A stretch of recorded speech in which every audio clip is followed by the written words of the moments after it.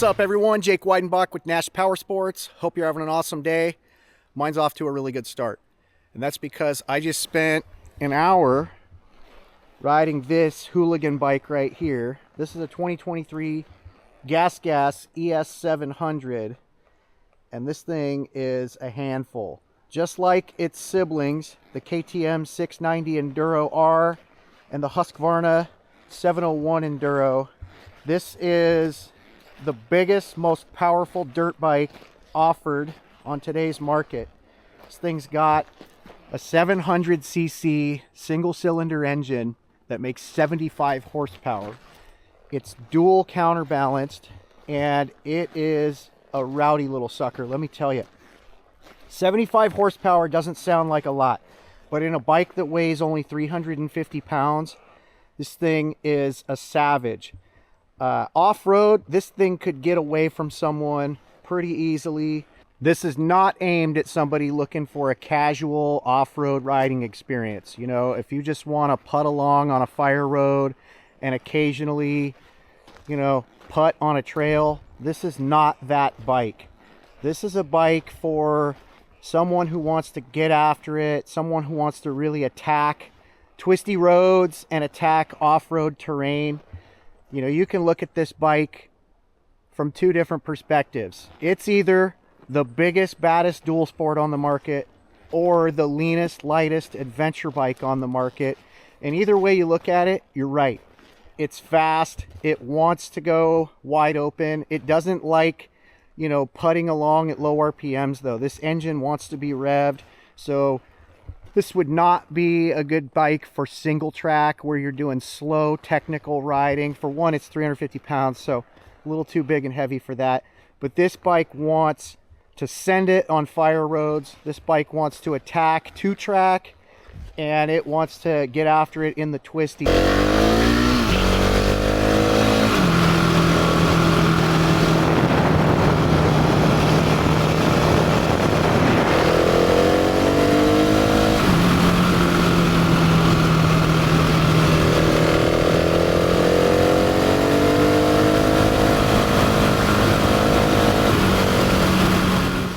And it does all of those things really, really well.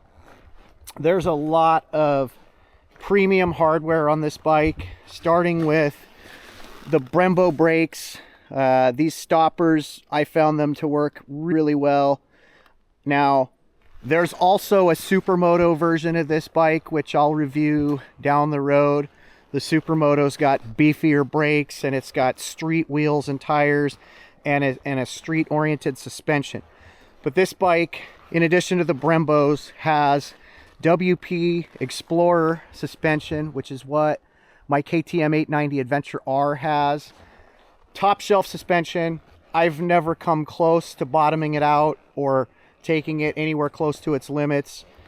You'd have to be a really, really good rider or a lot better than me. This bike you can outfit with a quick shifter. It's got traction control, which you can switch on and off. It's got ride modes, got a gas tank mounted back in the rear of the bike to help weight distribution. So that's a 3.5 gallon tank here at the rear. Now this thing would be an ideal setup for a BDR. I'm about to do the Oregon BDR on my 890 Adventure, and I think this thing is the sweet spot, you know, right in between a full-size adventure bike and a dual sport. You know, you could outfit it, put like a rally fairing on it to give it some wind protection. That's something I would do, because if you're gonna do any kind of distances, you know, like on an adventure ride, you would want more wind protection than this. You would also want wraparound handguards. You would want to beef up the skid plate and do a little crash protection on the bike, and then outfit it with some soft luggage. But if you do that, you've got like the ultimate lightweight adventure bike here. I have a Honda CRF 450X as well that I've kitted out pretty well to make it kind of a lightweight adventure bike. So with the two bikes that I currently have, the KTM and the Honda, I couldn't see myself owning this as well. But if I didn't own those bikes and I needed a bike to do kind of everything, a bike that can kick ass on a twisty road, a bike that can go out and be a legit dirt bike, and a bike that can do, you know, some shorter distance adventure riding, sweet machine right here. I had a ton of fun on this. Now, the only reason I only got to ride it for an hour is it's a brand new bike, and we unlocked it and put it in demo mode. So when you do that on a KTM, a Husqvarna, or a GasGas, you get 1 hour of engine time, and then whenever you shut it off, it's done. It won't start back up at that point. So I made the most of my hour. I think I used about 56 minutes of it. I had a stopwatch going. Now, this bike's on the spendy side of things. MSRP is just shy of $13,000, and that's a lot of money. There's a lot of options for you at that price point. Now, this being a new 2023, it is on sale, so you can save a couple $1,000s, but you're still on the high end of the spectrum for a machine like this. So you have to ask yourself, what kind of riding experience are you looking for? If you want, you know, a value conscious bike, something that you're going to putt around on, easy to, you know, maintain and just kind of casually ride, there's a lot of other options for that purpose. You know, the Kawasaki KLR 650 or the KLX 300 or the Honda CRF 300, and Yamaha's got some offerings too. But if you want to get after it and you want to really like push yourself as a rider, this is just an amazing machine. Now, there are some flaws here. Some things that I have a hard time overlooking, especially because of the price of this bike. And this is going to be nitpicky a little bit, but this headlight right here, at this price point, we should not be talking about a halogen headlight bulb. There should definitely be an LED headlight on this. There should be blinkers that are quite a bit more premium than this. These are cheesy and floppy, and those are also halogen bulbs in there. There should be all LED lighting on a bike at this price point. And this instrument cluster is unacceptable on a bike at this price point. You don't have a tachometer. You don't have a gear position indicator.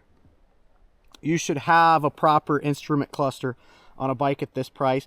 This bike actually, the KTM 690 Enduro that this is based on, actually used to have an analog tach and speedometer, and they actually regressed to this. So I'm definitely disappointed with this right here. That is unacceptable at this price point. So just getting my little gripes out of the way. Overall, awesome bike. I had the best time on this thing. If you want to make this an adventure bike, you definitely got to do some things to it. But man, what an experience. I would love to show you this bike in person, let you sit on it, talk about possible upgrades and accessories you can do to it. I'm the assistant sales manager at Nash Power Sports. I want to make you a deal. Hit me up. Have a great day, everybody.